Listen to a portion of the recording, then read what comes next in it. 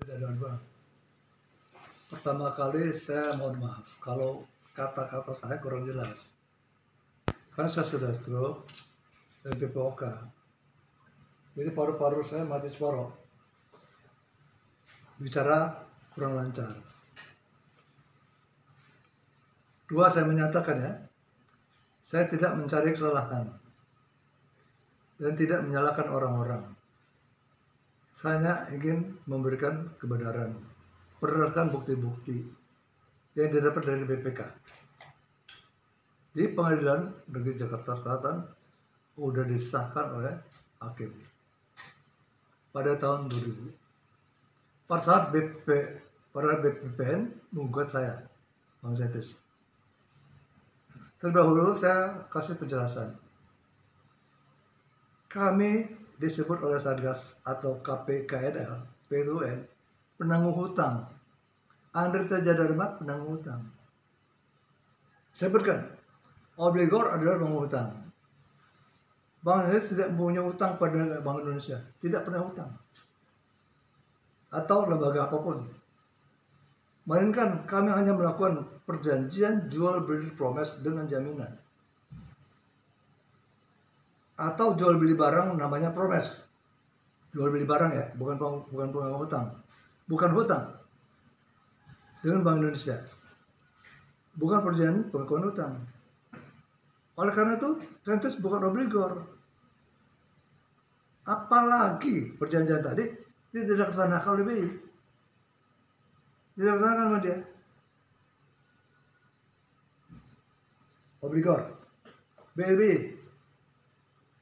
BLBI adalah bantuan yang diberikan Bank Indonesia kepada bank-bank yang pada tanggal 31 Desember 1997 bersaldo debit.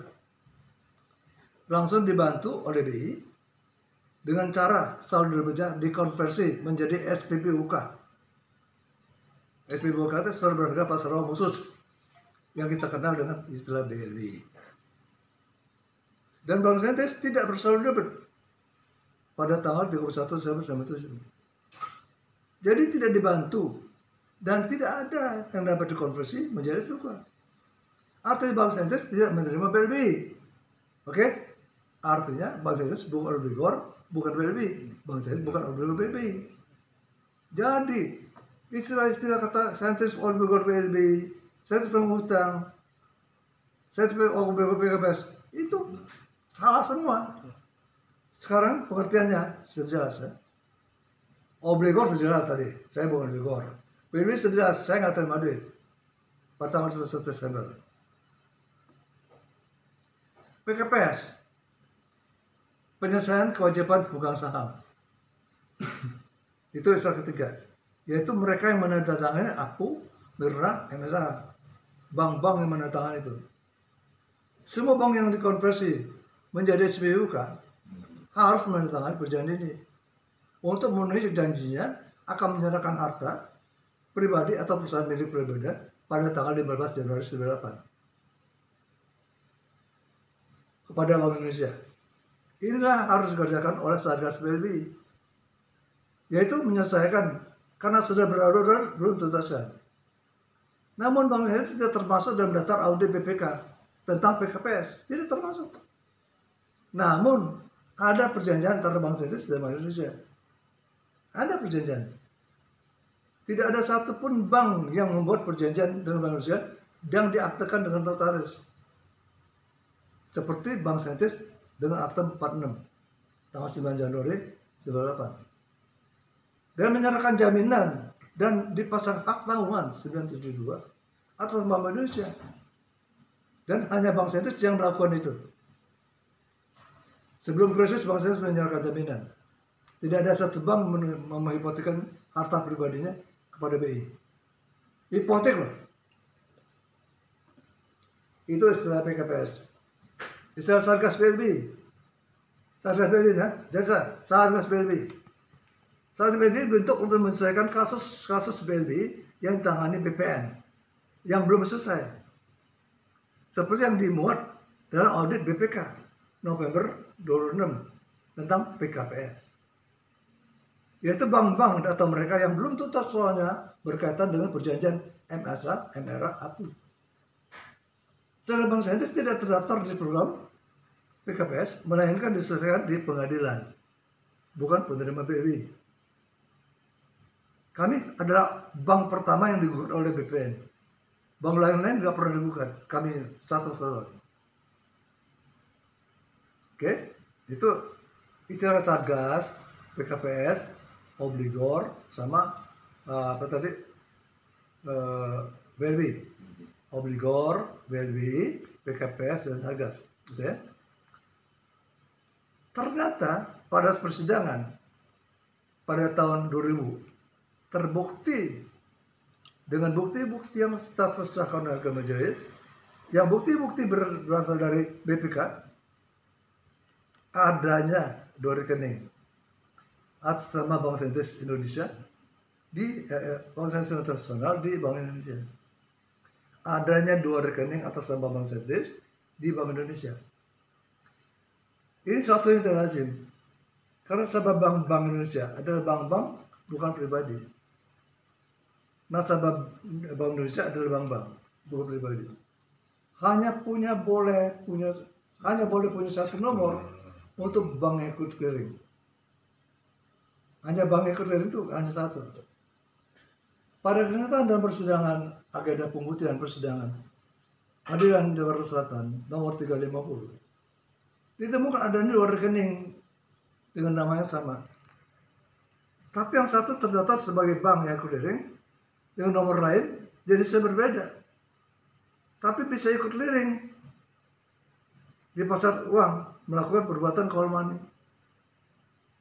Ada bank sekali lagi ya, ditemukan adanya 2 rekening, 2 nomor rekening dengan nama yang sama, Bank Saintis. Tapi yang satunya tidak terdaftar sebagai bank yang ikut clearing dengan nomor rekening lain dan jenisnya berbeda. Tapi bisa ikut clearing di pasar modal melakukan perbuatan call money overnight, ataupun rekeningku adalah sebagai berikut. Rekening Bank Saintis asli 551 523 551 0016 523 581 0016. Hafal, siapa? Yang satunya rekening rasa Bank Indonesia dengan nomor 523 551 000 523 551 000. Jenisnya individual. Tidak tahu pemiliknya siapa, tapi mengatasnamakan bank saya itu seseorang. Jadi mereka ini telah mengatasnamakan bank saya. Gila nih. Oke, udah ya, 2 rekening ya. Akta 46 adalah perjanjian jual beli promes dengan jaminan antara Bank Saintis dengan Bank Indonesia.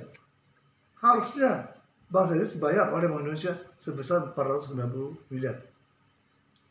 Atas penyerahan promes nasabah 492 miliar. Dan jaminan sebesar 452 miliar. Jaminan udah hipotek atau BI. Jadi Bank Indonesia harus membayar 490 kepada Saintis atas penyerahan 492 miliar promes nasabah dan menyerahkan jaminan 492 hektar tanah PCB. Udah hipotek sama BI. Ternyata terbukti terjadi pelanggaran terhadap perjanjian ini dalam persidangan, di mana di Pengadilan Jakarta Selatan dengan bukti dari PPK yang dipakai oleh BPN sebagai alat bukti telah disahkan oleh majelis yang hadir perkara ini bahwa dana yang diperjanjikan sesuai akta 46 sebesar 490 miliar sekian yang harusnya dipindah bukukan ke rekening Bank Saintis Internasional dengan nomor 523 551 523 551 oleh Bank Indonesia tidak dilaksanakan. Maka Bank Saintis dimenangkan. Kenyataan dikreditkan ke rekening rekayasa yang tadi itu. Maka Bank Saintis dimenangkan sendiri.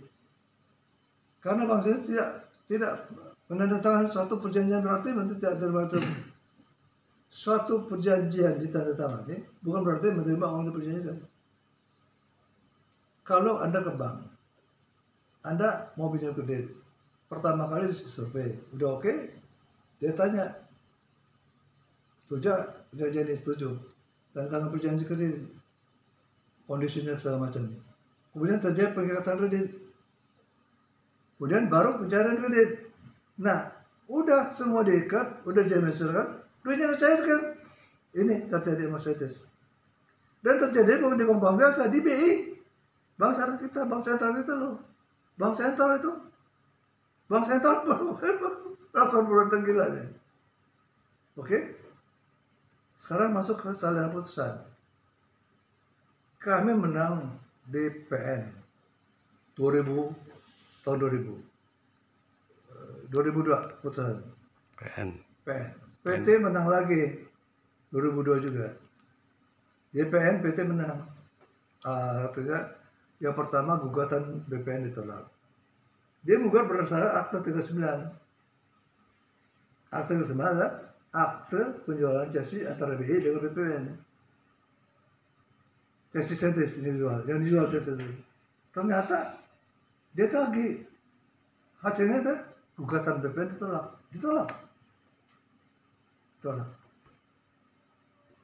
Di PT dikatakan gugatan BPN terlalu prematur. Tolaknya dia ke Mahkamah Agung 2002. Tunggu cari kemana-mana nggak ada. 2022 tahun 2022 November keluar salinan putusan 20 tahun. Gila nggak? Bagaimana mengatakan pasti ada apa-apanya.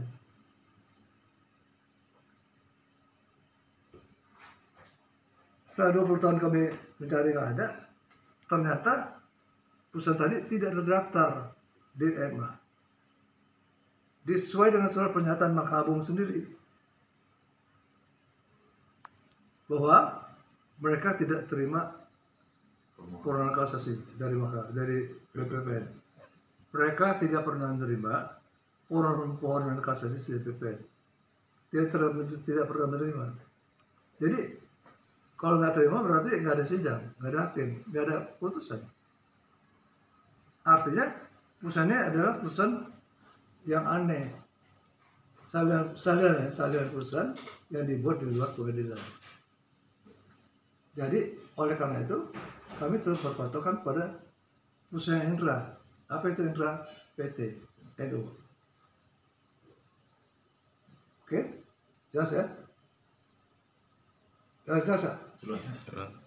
Akte ke-9 adalah akte pengalihan chassis dari BI ke BPN yang digunakan BPN dalam menggugat sentis di Pengadilan Negeri Jakarta Selatan tahun 2000. Akte ke-9 merupakan pengalihan chassis atas akte 46. Berikut semua yang melekat pada akte tersebut.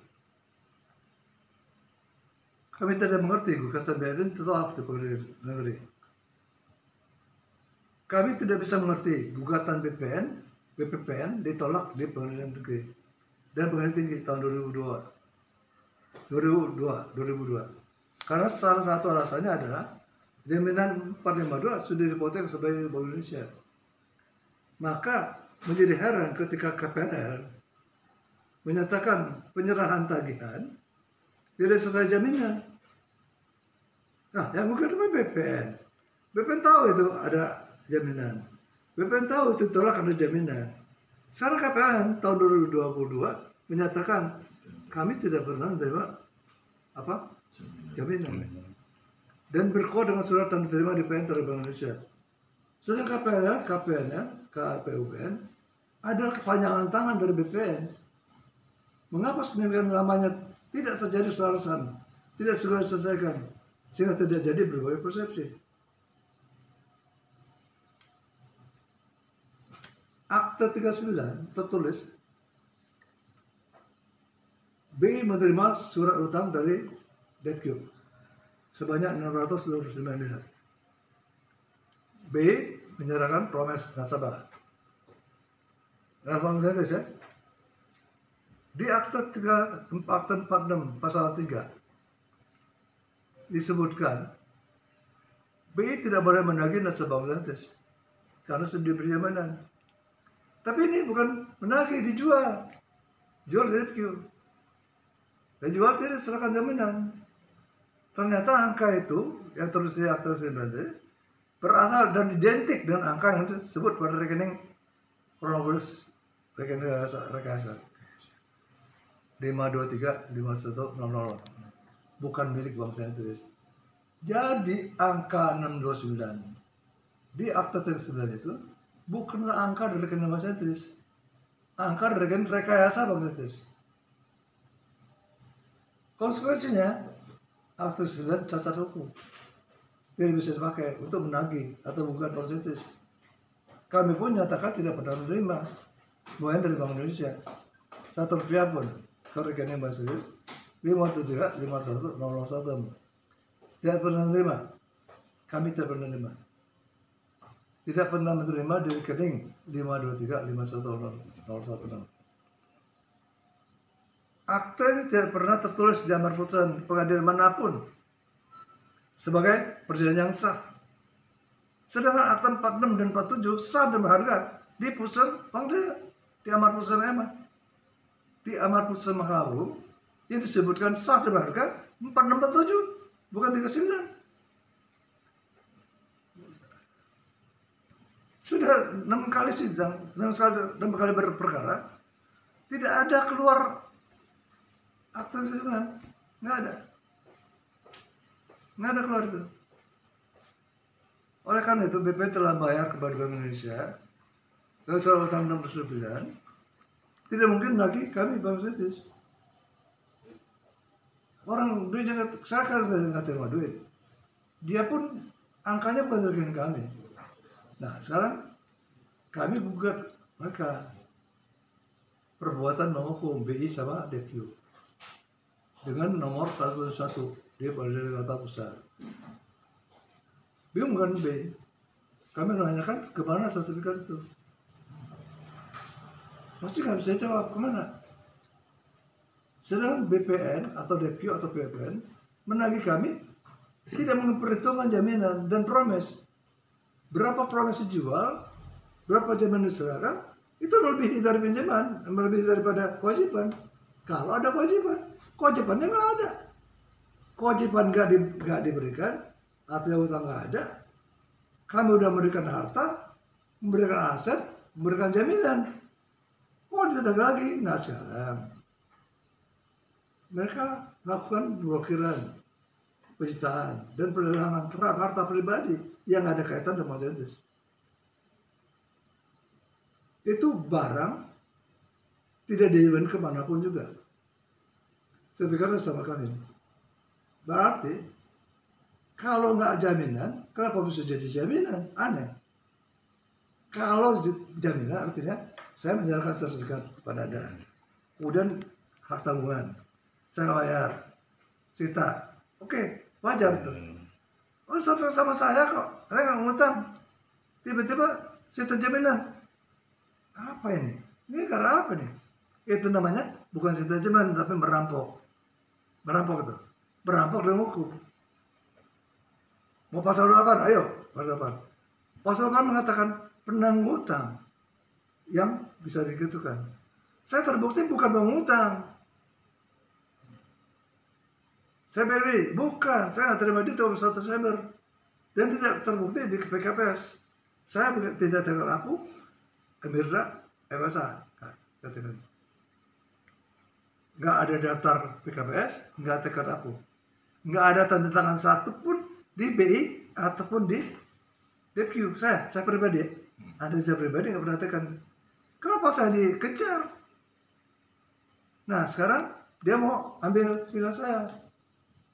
Villa saya itu saya beli waktu itu zaman apa dengan Mayor Jenderal apa tuh? Sebelum ambil Bang Aziz, sebelum ambil Bang Aziz.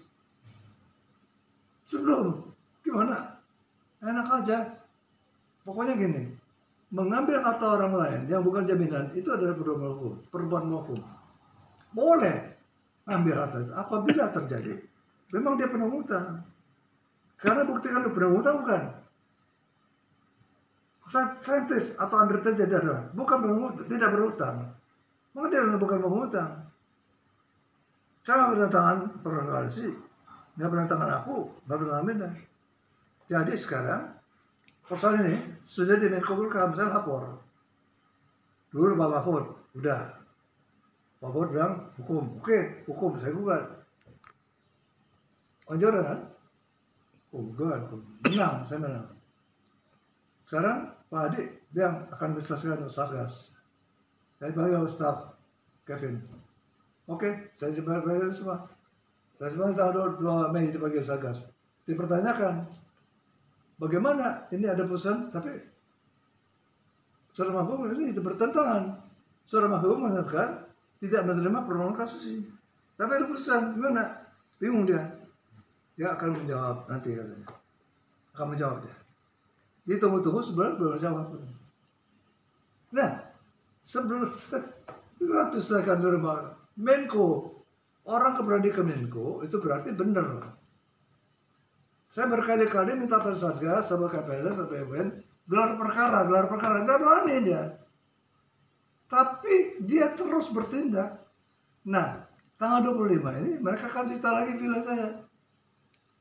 Dia udah sita Bali, tanah Bali. Dia sita Cisarua. Dia sita kantor ini. Mau disita lagi villa. Saya tanya, apabila dasar sitanya ada surat pasal 211 udah gugur, batal dan dicabut, dibatalkan, dicabut oleh pengadilan. Amarnya begitu. Amar 428 dan 202 mengikrarkan amar putusan harus dibatalkan, dicabut. Berarti 211 sudah batal, nggak bisa digunakan. Kemudian kedua, dasarnya kemudian koreksi menggunakan dasar itu, digunakan koreksi atas putusan Mahkamah Agung. Mahkamah Agung itu sudah dikatakan tidak pernah menerima. Jadi putusan Mahkamah Agung dasar kedua adalah tidak sah dan tidak terdaftar. Tidak sah dan tidak terdaftar di pengadilan. Yang dasar pertama sudah dicabut, dibatalkan. Jadi apa dasarnya? Mereka harus mikir. Mereka sekarang saya gugat, sudah gugat. Jadi gimana orang gugat? Udah gugat, mesti damai dulu dong. Nah, tambah banyak mereka berbuat, tambah banyak perbuatan hukumnya. Tambah banyak perbuatan. Tambah banyak mereka berbuat, tambah banyak perbuatan hukum. Benar? Saya tanya, kalau 216 dan EMA dua-duanya udah batal, apa dasar dugaan? Apa dasar kita? Dasar kita apa? Nggak ada. Bukan dasar. Dari awal aja nggak ada dasar. Tapi sertifikat sama orang kok nggak dijaminkan kok, nggak ada hak tanggungan kok. Dasar dibikin-bikin. Dasar bikin-bikin. Oke, bikin-bikin. Dibikin-bikin juga kalah. Jadi kalau masih terjadi perasaan sama perampokan, benar? Perampokan ya? Anda mau rakyat dirampok? Anda mau nggak rakyat dirampok? Nggak mau. Ingat ya, saya 26 tahun dijolimi. 26 tahun dijolimi. Ari masih hidup, masih nggak gila, udah stroke 7 kali stroke. Kurang apa? Kurang ajar. Kurang ajar. 26 tahun dijolimi. Ingat tuh baik-baik. Karma akan terjadi. Pasti. Yang berniat tidak baik pasti kena karma. Ingat, saya ingat tuh. Udah umur saya 68 tahun, udah sakit-sakitan. Dorong aja jatuh mati. Jadi gini, terakhir saya masih baik pada negara. Kalau mediasi kan, mereka nggak bisa apa-apa. Jaminan nggak bisa, pasti berlaku hukum. Mau menyembunyikan atau menghilangkan jaminan. Dan kita tanya, gimana? Kenapa lu lagi nggak memperhitungkan jaminan? Anehnya jaminan saya nggak disita. Jaminan dulu hipotek OBB, udah hipotek nggak disita, nggak ada lelang. Nah ini ngajar pribadi punya, gimana sih? Udah jelas itu jaminan 450 hektar gede loh, nggak disita. Kenapa? Nggak tahu. Nah sekarang melelang harta pribadi saya yang ada urusan sama Bang Sentris, apa urusannya? Ingat, Bang Sentris pengambil saham bukan sendiri saya. Ada 3 orang. Saya, KPM Bambang Pasar, dan Prof. Tomo. Yang 2 nggak dikejar, yang ngejar sendiri. Apa artinya? Surat kita sepasa Andri Teja garis miring saya tentis 99. Andri Teja sendiri. Ini keadilan di mana nih? Di mana keadilan? Coba komen. Oh, tanya. Saya beri satu pertanyaan. Terakhir yang dilakukan Satgas atau KPK ini apa? Ya, hari ini saya dapat surat. Dia mau nyita tahun 25. Mau nyita villa. Tetap dengan dasar yang Tidak pasti. Nggak ada dasar apa lagi. Nggak ada dasar apa-apa kok. Kalau bank lain disita berada APU, MRSA, MRA, disita. Wasda punya dasar. Udah nggak utang kok. Udah nggak utang ya sita. Mau ke utang. Jadi penanggung hutang, benar penanggung hutang. Saya enggak. Saya nggak tahu apa-apa. kalau dari cerita Pak Andri tadi kan sebenarnya sudah ingkrah di PT ya. Kenapa Pak Andri nggak melakukan perlawanan terhadap perbuatan mereka? Nggak bisa. Perbuatan pelelangan, penyitaan. Nah ini satu gugatan saya. Iya, saya lawan mereka di situ tuh. Tidak ada satu bank pun yang gugat BI dan DQ dengan perbuatan non hukum. Belum ada satu bank pun. Catat Indonesia, sejarah Indonesia. Pernah nggak ada bank ownernya pribadi menggugat BI dan DQ melakukan perbuatan hukum? Nggak pernah.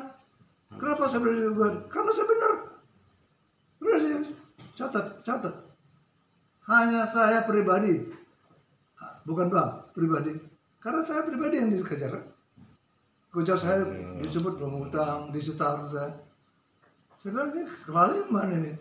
Saya gugat. Dan DQ. Gugatan bukan manifestasi. Gugatan perbuatan hukum. PMH. Sudah sampai mana ini Pak? Apa gugatan ini Pak? 7 kali sidang kacau balau. Mereka kadang datang, kadang enggak. Masih berkas-berkas. Tapi kemarin sudah masuk ke, kalau nggak salah sudah ke mediasi ke 8 kali. Dari mediasi itu komunikasi dengan mereka apa Pak? Nggak tahu ya, cukup nggak tahu, mereka nggak tahu. Nama mediasi kita bikin permohonan, kita ajukan permohonan, kita maunya gini. Nah dia jawab gimana? Dia belum jawab. Belum jawab. Pak, apa itu tidak menjadi hal yang terlambat, Pak? Sementara Bapak melakukan gugatan, tapi mereka sudah melakukan lelang dan sita. Nggak apa-apa. Kenapa? Sita lelang aja. Itu setelah paling 45 triliun. Saya buat 11 triliun. Gedean saya gugatnya. Ayo, mati loh. Gugatan saya 11 triliun.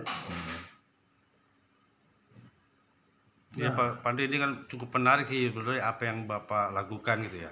Di saat misalnya di masyarakat yang sudah kalah di pengadilan, ketika akan dieksekusi oleh pengadilan, mereka pun masih melawan gitu. Walaupun mereka dalam posisi yang salah karena sudah ada penetapan eksekusi oleh pengadilan. Tetapi Bapak di sini ketika ada penyitaan padahal dalam posisi benar, tapi tidak melakukan perlawanan seperti yang ada terjadi di masyarakat. Ini Perlawanan seperti apa? iya Saya melakukan perlawanan, tapi pakai hukum. pakai hukum Pak ya. Tentu dong. Warga negara Indonesia, warga negara namanya warga negara itu hukum.